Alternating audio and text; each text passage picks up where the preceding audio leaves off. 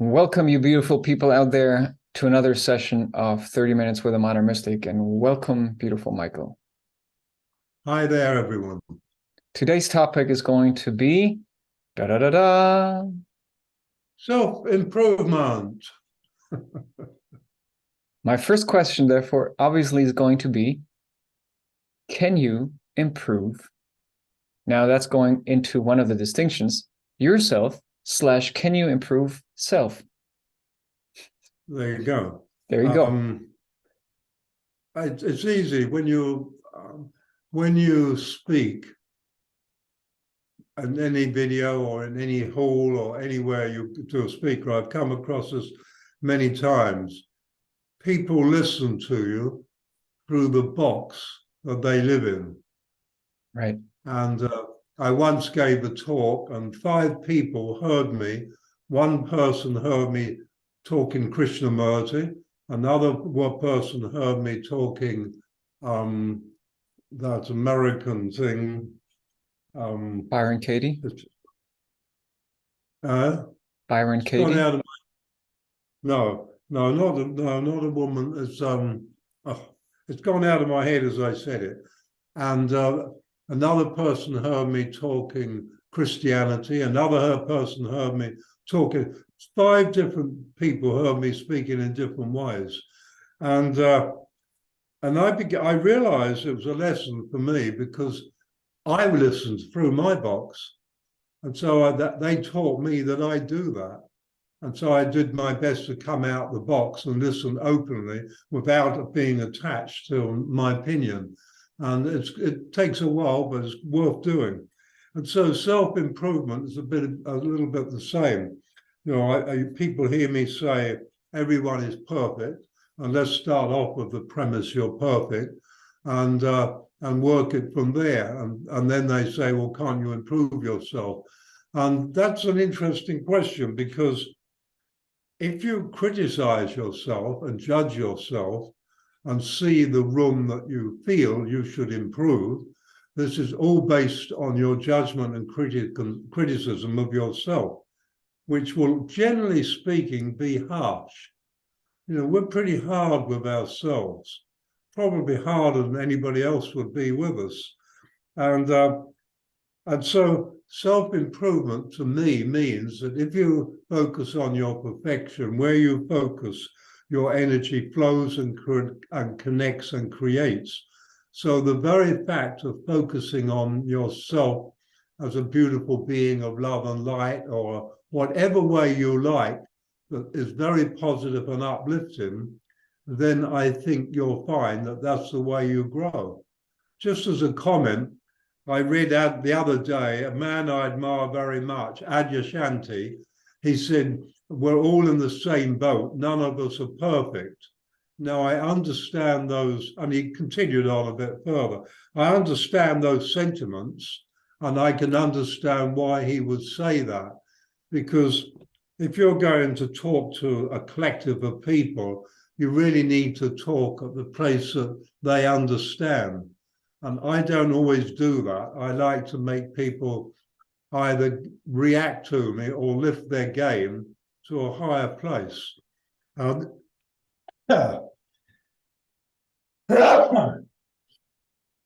We're having very strange weather.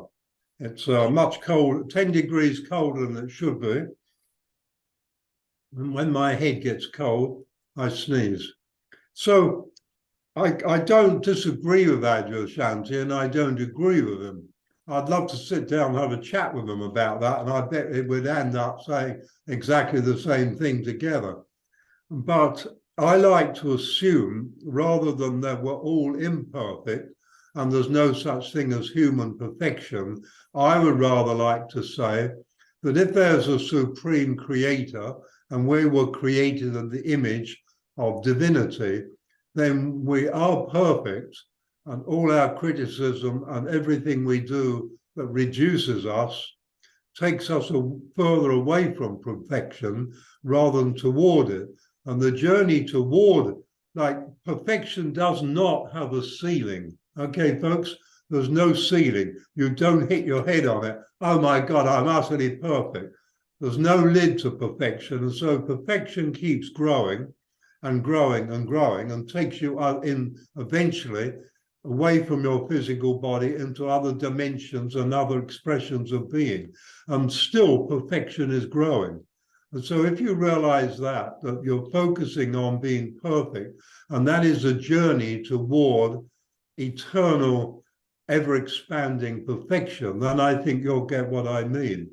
And I fully understand how that question comes up. Well, doesn't that mean there's no room for self-improvement? So it doesn't mean that at all. The way I look at it is, if self-improvement means self-expansion, it's perfect. That's what I think all creation is about, right? Self-expansion. But if it comes from a place of lack, and it's not really self-expansion, but rather trying to get anywhere, becoming better, coming from that place of not feeling good enough or lacking anything, then it's not good. I agree. That's it's like, in a way, what is expansion? If I learn to play the piano, have I expanded? I tend to think yes, because my brain has had a workout such as it never dreamed of, and so that is an expansion of abilities, an expansion, I would say, in consciousness as well. Music is ever expanding, and so the journey of life is, if it's always heading toward perfection and not ever based in I'm not good enough, because let's face it, so many of us grew up with I'm not good enough. My parents didn't say I was not good enough, but I wasn't clever enough, because every time they came home, bottom of the class at the end of the exams, and my brother was at top, there was this comparison like this. And they spoke very kindly to him. Down here, the inference was, well, it's not good enough. You could have done better. Well, basically, I couldn't, because I just wasn't interested in the stupid people talking to me about stupid subjects in which I had no interest. If he'd taken me out in the countryside and said, let's talk nature, then we would have had a different experience at school. So, I mean, if I'd known, I could have said, what do I need mathematics for? There'll be computers soon. That can do it for me. But then, of course, you've got to know the question to be able to do maths in the computer. And that's also the same with life. Sometimes I'm interviewed and they ask me questions, and I sometimes smile very nicely and say, that's not the question. This is the question. And so I head it my direction, because the question meant that they really didn't get it. And that's okay. It's okay not to get it. But and so it's therefore, it's like in life. Once we start off with the premise that we've got to improve, where do you ever say I'm good enough? Because to say I've got to improve, you've got to be judging yourself, and that doesn't come to an end. It doesn't matter whatever you do, wherever you reach, the judgment voice will not switch off. Hey, we've reached that. So we switch it off. We have to consciously say, enough. I'm going to start off now. I'm growing toward perfection, and that's where I'm beginning. I'm beginning with perfection, and I'm growing toward perfection. And that, to me, is self-improvement. Although I believe in America, they had a television program, Self-Improvement, which was supposed to be funny, I think, years ago. Okay, I'm not aware of that, but I know that if you go to the bookstore, there is a whole section labeled self-improvement. Yeah. Okay, now that we set the stage and we kind of agree both that we see self-improvement as self-expansion, maybe, would you agree if I said that this kind of self-improvement / self-expansion is at the very core of the reason of creation? Yeah, I do. I would say so. Our our growth and expansion. I was thinking about this morning, oddly enough. If you get a tree grows physically to a certain height, and then often, a few hundred years down the track, it will stop growing physically. But what we don't see metaphysically is that it is now experiencing. But the experience that doesn't translate into physical growth, but the experience translates into metaphysical growth. And so the tree is now experiencing and therefore growing in consciousness. With a human being, it came to me that after 20 or so years, we stop growing physically, but then it's time to really continue to grow emotionally first and maybe mentally as well. But to me, the mental is not so important, the emotional growth. And as we grow emotionally, then we're growing in consciousness, because we don't really grow in consciousness growing a body. We grow in consciousness, growing our metaphysical self consciously. And that's part, the emotional, the intuitive, the imagination, our ability to focus, etc., all those abilities we have, they become our expansion. And we look at a nature and we don't see that, but we don't see the metaphysical side of, shall we say, the tree or even the stone. We just see the physical vision. And we tend to do that, therefore, with ourselves. I'm grown up now. You hear it. And I look at these people in their 20s. You're grown up, heaven help us. You've got a long way to go. I'm still growing. And they've got a lot of growing. And I'm sure they realize that, but yet they don't realize that. I think people assume that you grow emotionally just by being alive. People say congratulations when I'm 85, and I smile and say all I had to do was stay alive. But that doesn't mean you grow emotionally just staying alive. You have to consciously decide, I will go in there. And it's murky territory.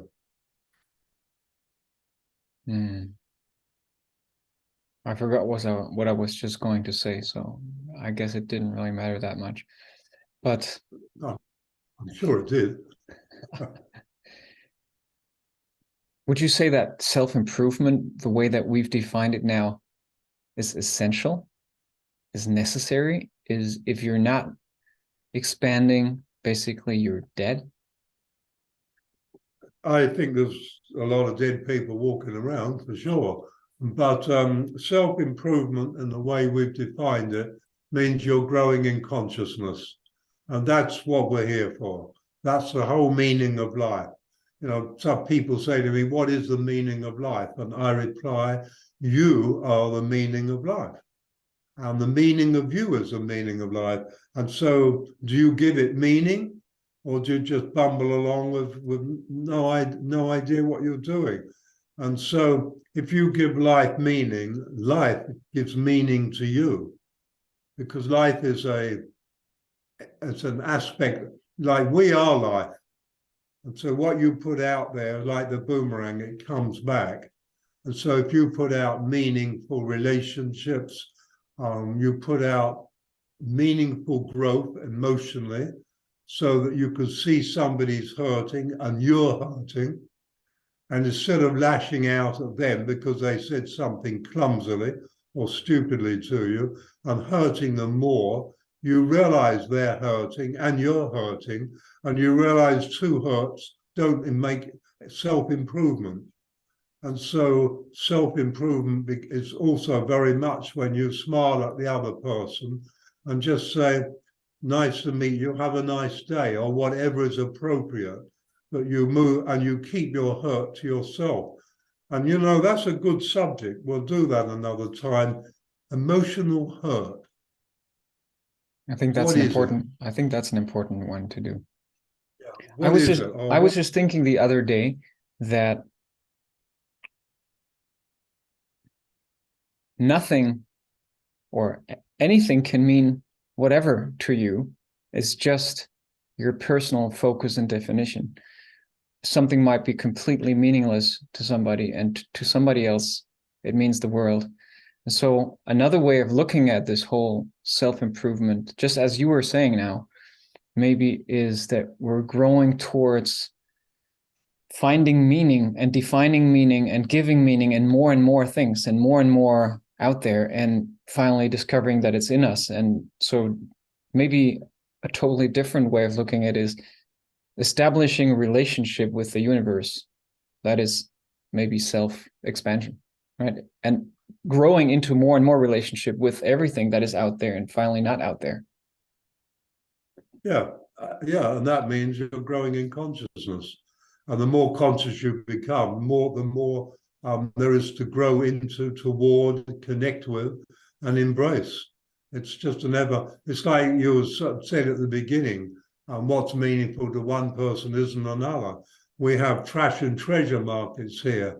And, one person's trash is another person's treasure, and it's well recognized. And I think also that that's where it's so difficult for many of us to step up to this, if you want to call it a power or a position, an empowered position, where you realize that it's all about your focus. You give meaning to your life, and nobody's going to give meaning to your life if you don't give it.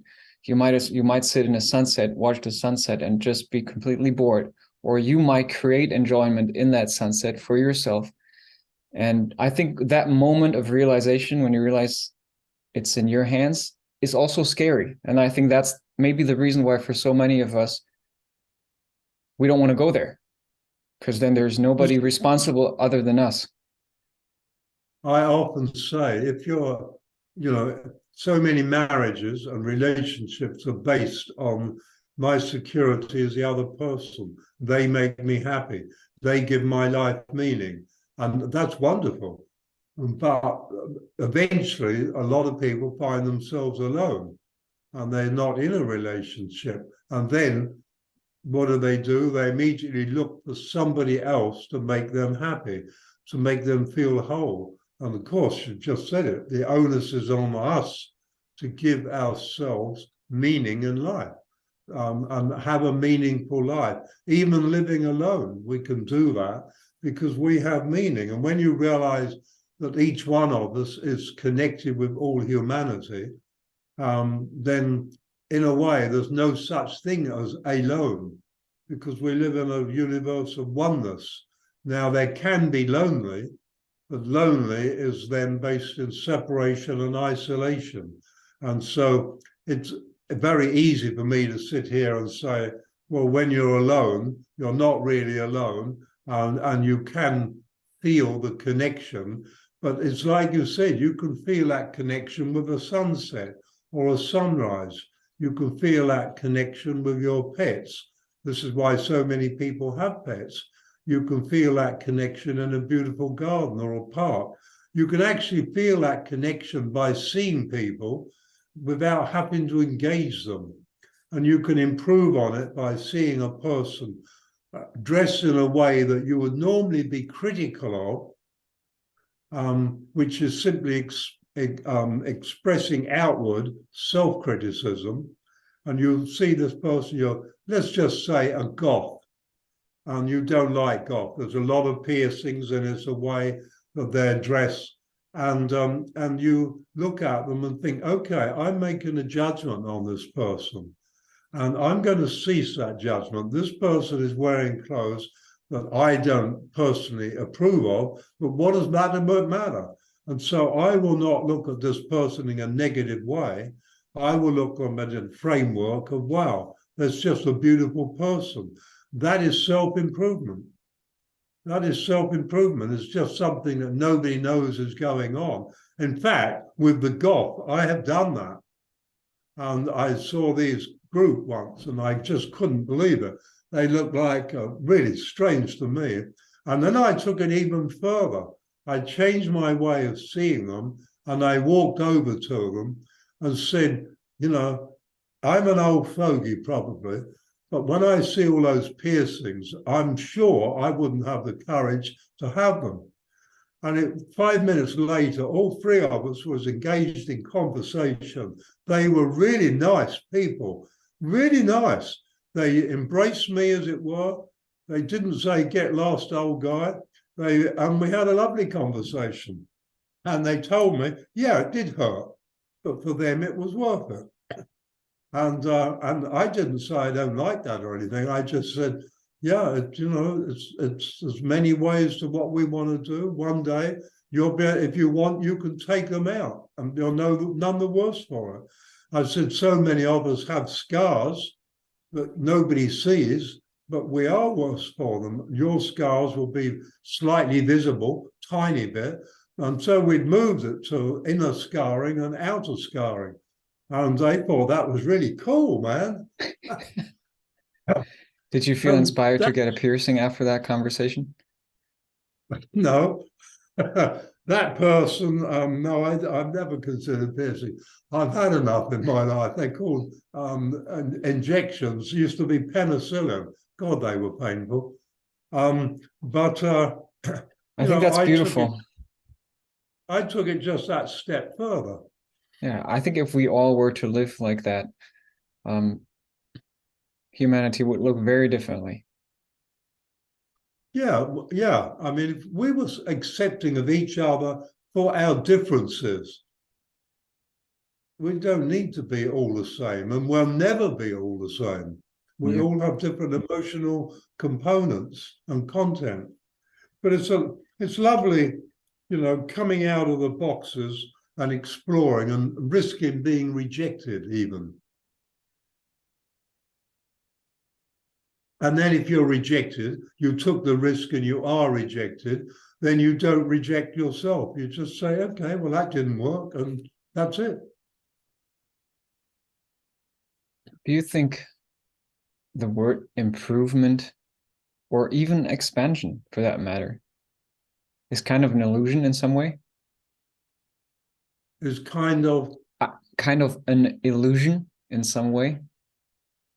In a way, yes.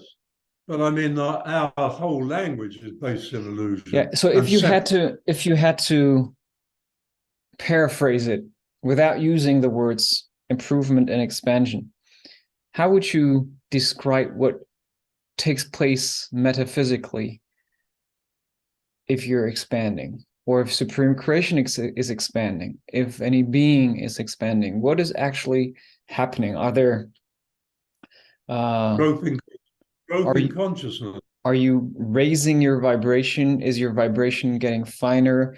Do you have more different resonances and frequencies at the same time that you're dealing with? What would you say?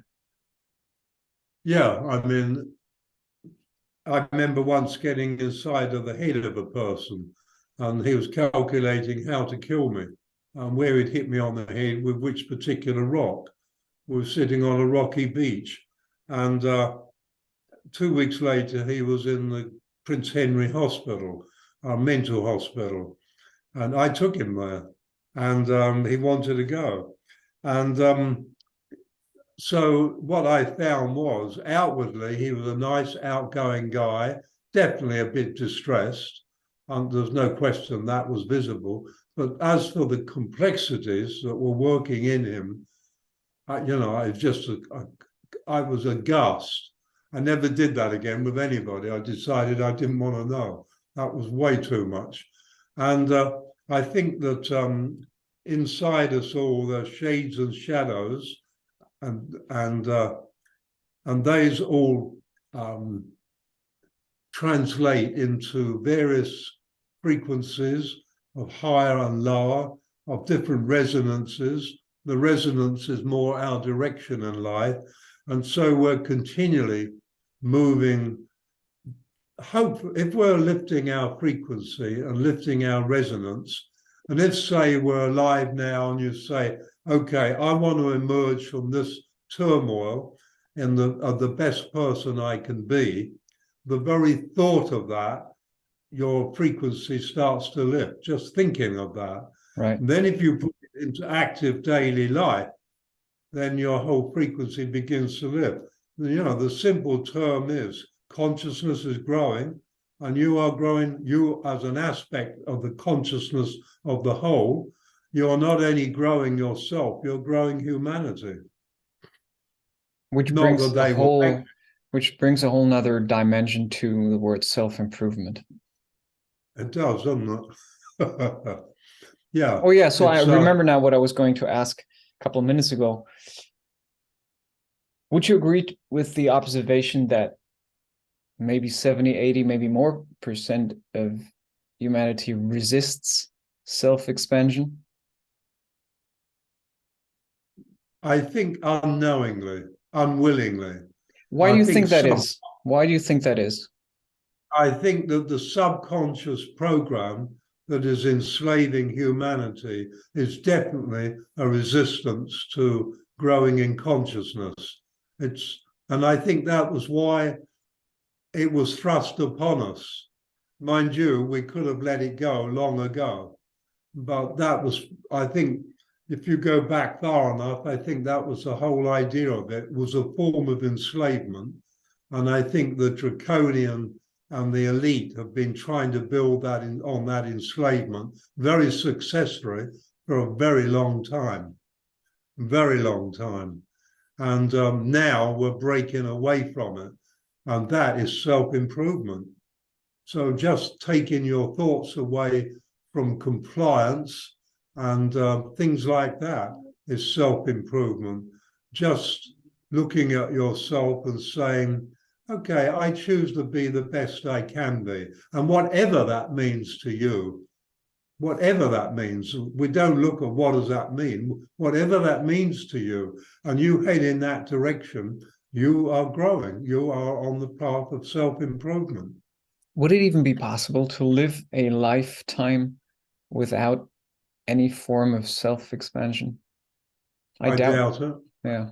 I can't imagine it. I think if some of the quotes of Henry Kissinger are true, I think he did a pretty good job of living without any self-improvement.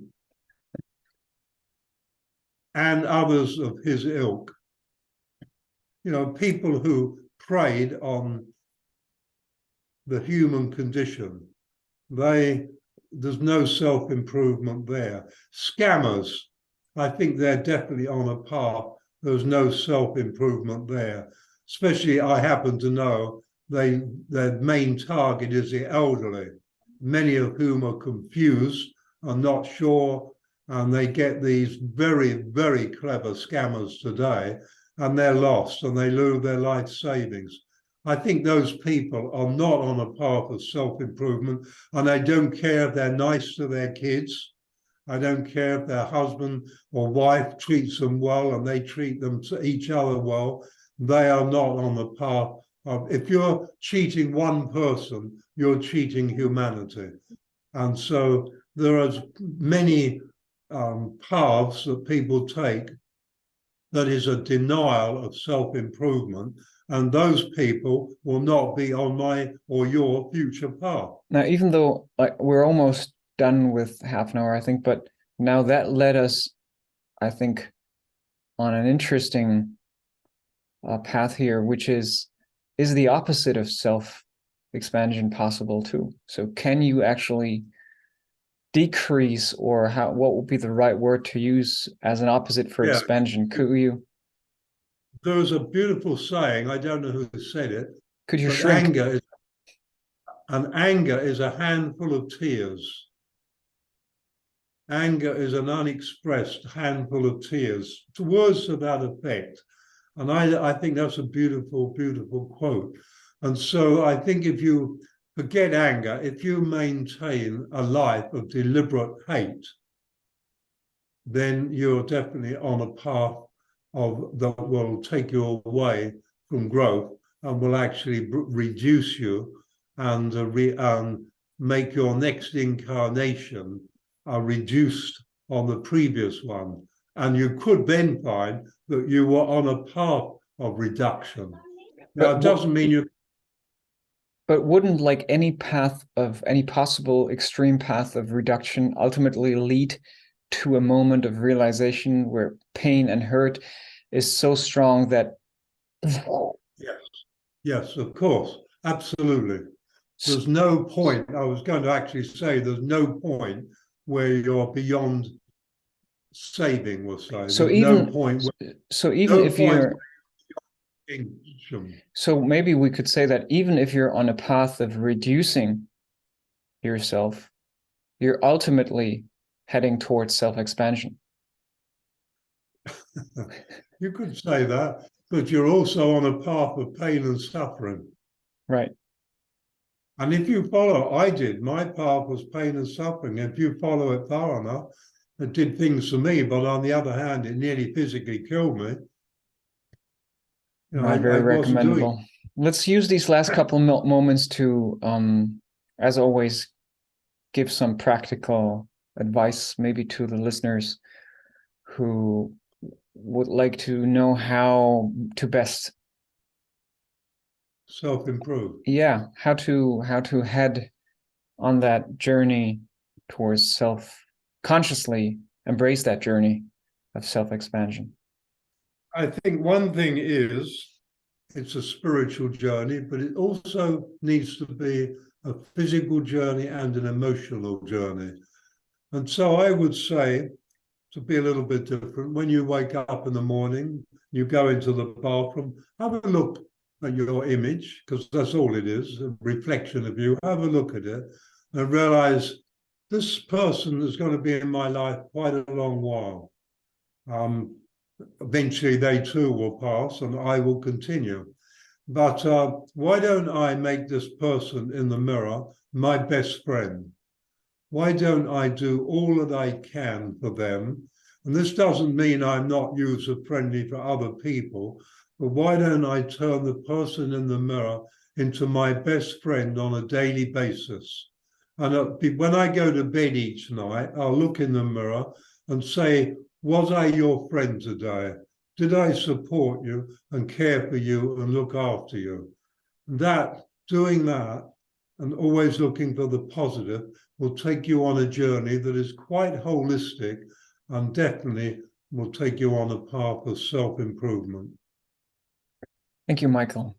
Thanks to everybody who has listened, and I hope you've enjoyed this conversation as much as I have. As always, I'd just like to make the comment. I've read some of the comments today for about the first time.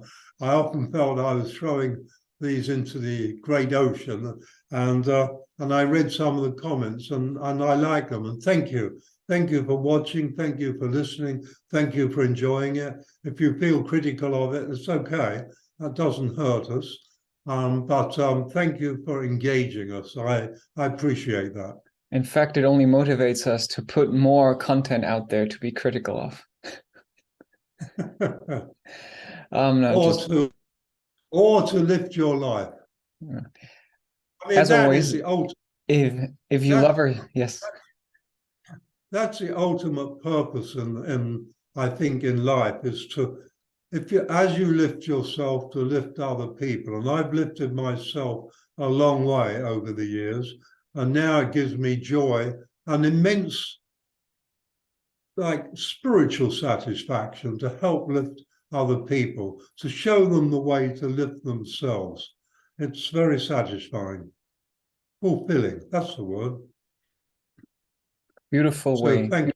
A beautiful way to self-improve. Thank you, everybody, again. And as always, if you love this content, make sure to share it with others. Make sure to subscribe to Michael's channel. Make sure to share his videos. You can join his courses. You can buy his books. You can, what else, Michael? You can share Instagram videos. You can share his Facebook posts. You can join his community. There's a community. The link is below that video. You can even get your dog to watch these things, because it might get rid of some of its dogma. Very important point. Even dogs might enjoy these videos. See you next time. Love to all of you, and bye. Bye. Thank you.